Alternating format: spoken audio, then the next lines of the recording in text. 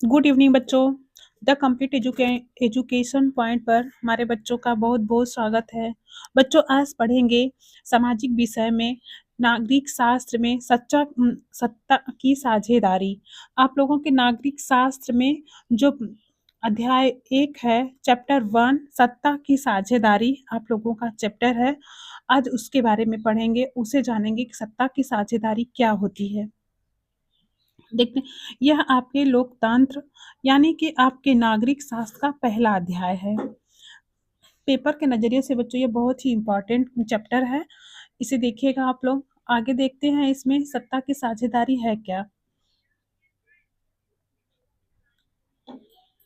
सत्ता का क्या अर्थ है?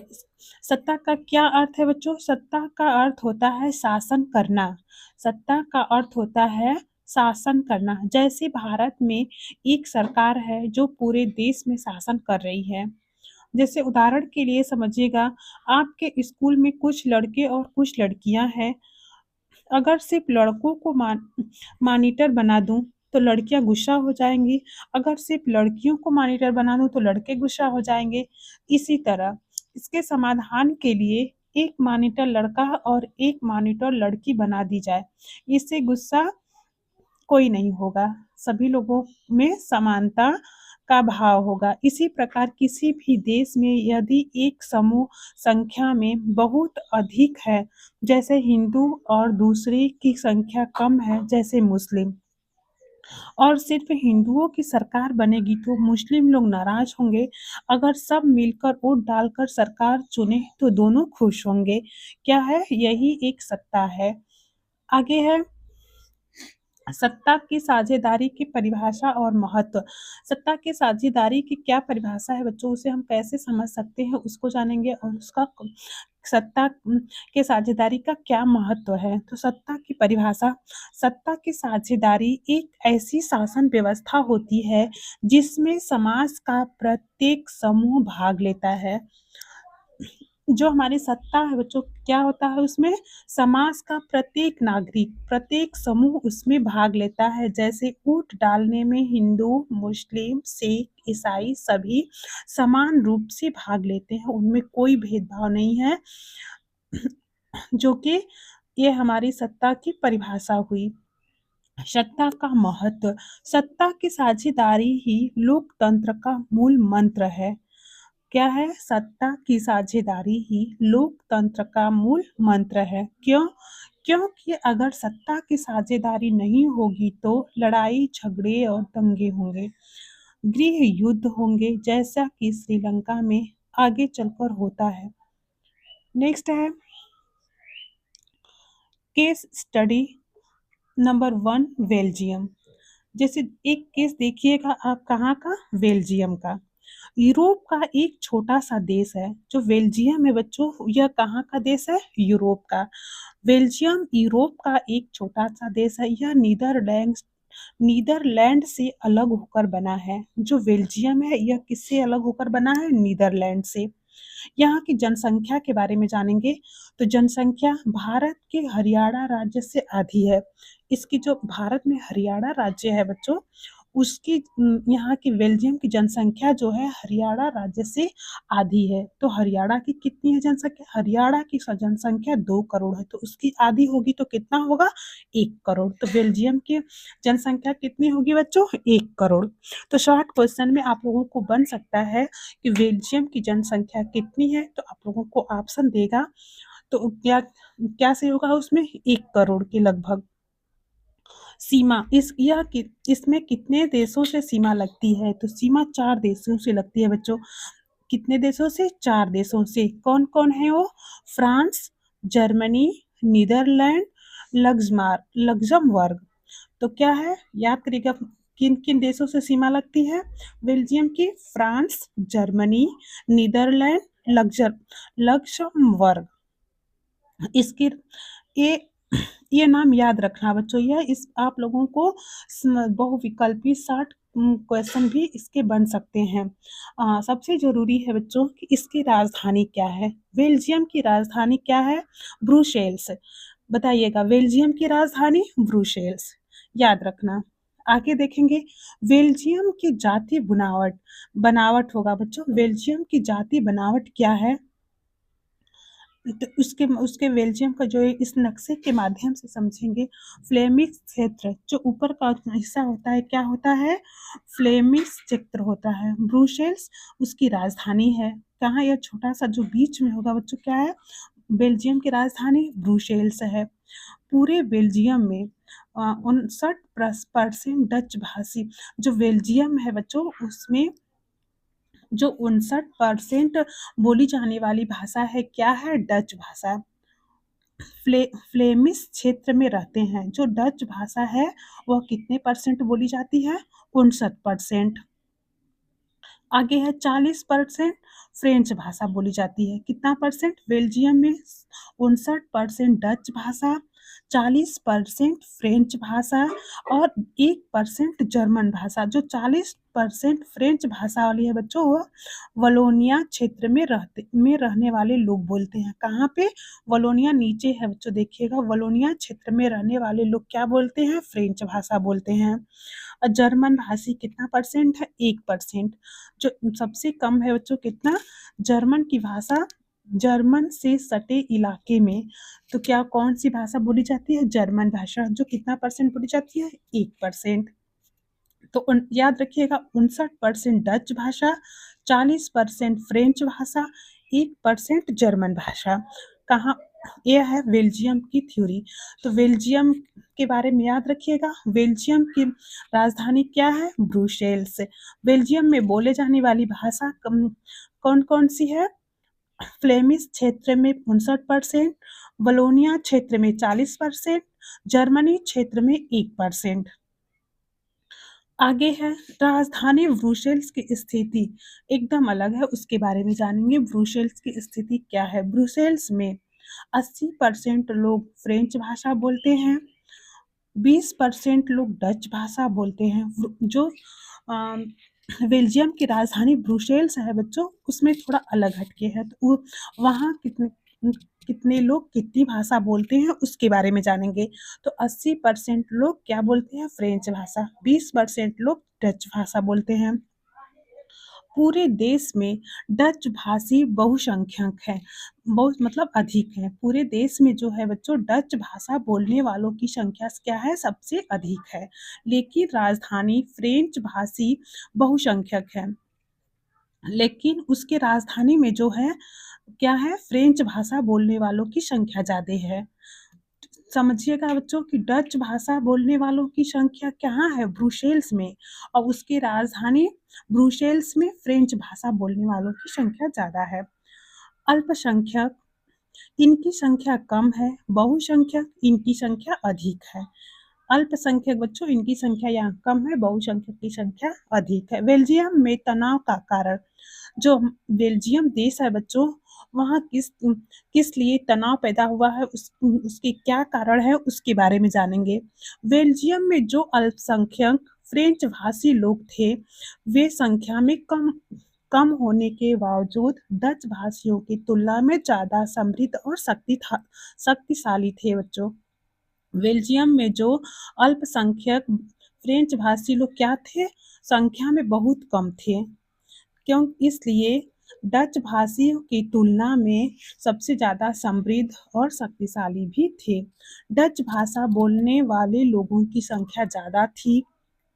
1950 से 1960 के दशक में सामाजिक असमानता के कारण फ्रेंच और डच बोलने वाले समूहों के बीच तनाव बढ़ने लगा।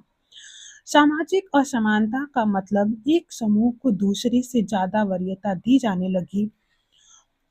इससे दोनों के बीच लड़ाई झगड़े की शुरुआत हुई। यही कारण था बच्चों बेल्जियम में तनाव के, यही कारण थे डच और फ्रेंच के बीच। आगे देखते हैं केस स्टडी नंबर 2। अब श्रीलंका के बारे में जानेंगे बच्चों। श्रीलंका की तो द्वीपीय क्षेत्र है, जो श्रीलंका है बच्चों ये क्या है, यह एक द्वीपीय क्षेत्र है। यहाँ की जनसंख्या कितनी है, जनसंख्या लगभग भारत के हरियाणा राज्य के राज्य के बराबर 2 करोड़ है। यहाँ की जो जनसंख्या है बच्चों, जो भारत का हरियाणा राज्य है वहाँ की जनसंख्या 2 करोड़ है, उसके बराबर यहाँ की जनसंख्या है कहाँ की? श्रीलंका की। तो कितनी? 2 करोड़ के लगभग श्रीलंका की जनसंख्या है। भारत में तमिलनाडु के दक्षिणी तट से कुछ ही किलोमीटर दूर है। जो श्रीलंका है बच्चों, तमिलनाडु के दक्षिणी तट से कुछ ही किलोमीटर दूर है। 74% सिंगली भाषी, यहाँ जो है 74% लोग सिंगली भाषा बोलते हैं, 18% लोग तमिल भाषा बोलते हैं, 7% ईसाई और 1% अन्य। 1% में अन्य आ जाएंगे। तो सबसे अधिक कौन सी भाषा बोली जाती है बच्चों? 74% के लगभग सिंगली भाषी लोग सबसे अधिक है और 18% तमिल भाषी भाषा बोलने वालों की संख्या है। ये हिंदू और मुसलमान है। कितने परसेंट? 18%। 7% ईसाई है। ये सिंगली और ईसाई तमिल दोनों भाषा बोलते हैं। 7% लोग बच्चों जो 60% लोग जो हैं बच्चों, ये सिंगली और तमिल दोनों प्रकार की भाषाएं बोलते हैं। आगे है श्रीलंका में तमिल समुदाय का विभाजन। जो श्रीलंका में बच्चों तमिल समुदाय का विभाजन हुआ उसके बारे में जानेंगे। कुल 18% तमिल लोग हैं, उसमें 2 भागों में बट गए। 13% श्रीलंकाई तमिल हो गए, 5% भारतीय तमिल हो गए। श्रीलंकाई तमिल 13% ये मूल रूप से श्रीलंका के ही है। जो मूल निवासी है बच्चों, श्रीलंका के मूल निवासी हैं वो कितने परसेंट है? 13%। भारतीय तमिल जो भारत के रहने वाले हैं वहाँ वो कितने हैं? 5%।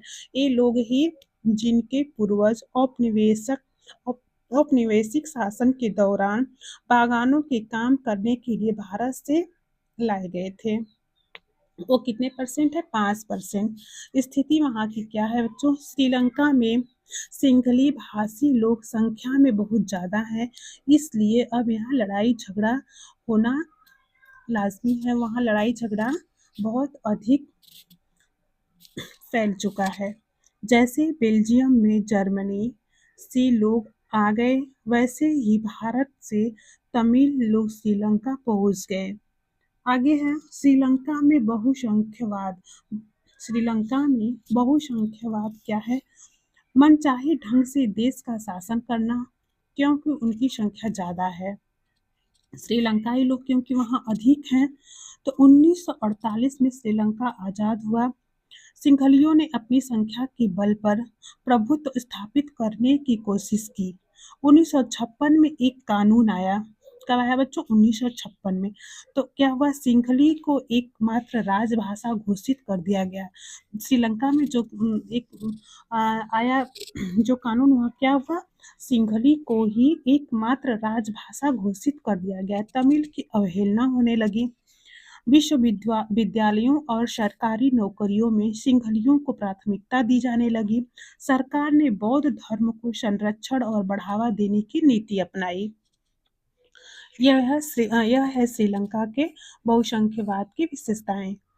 आगे बहुसंख्यवाद का परिणाम। तो इसका क्या परिणाम हुआ बच्चों? तो गृह युद्ध।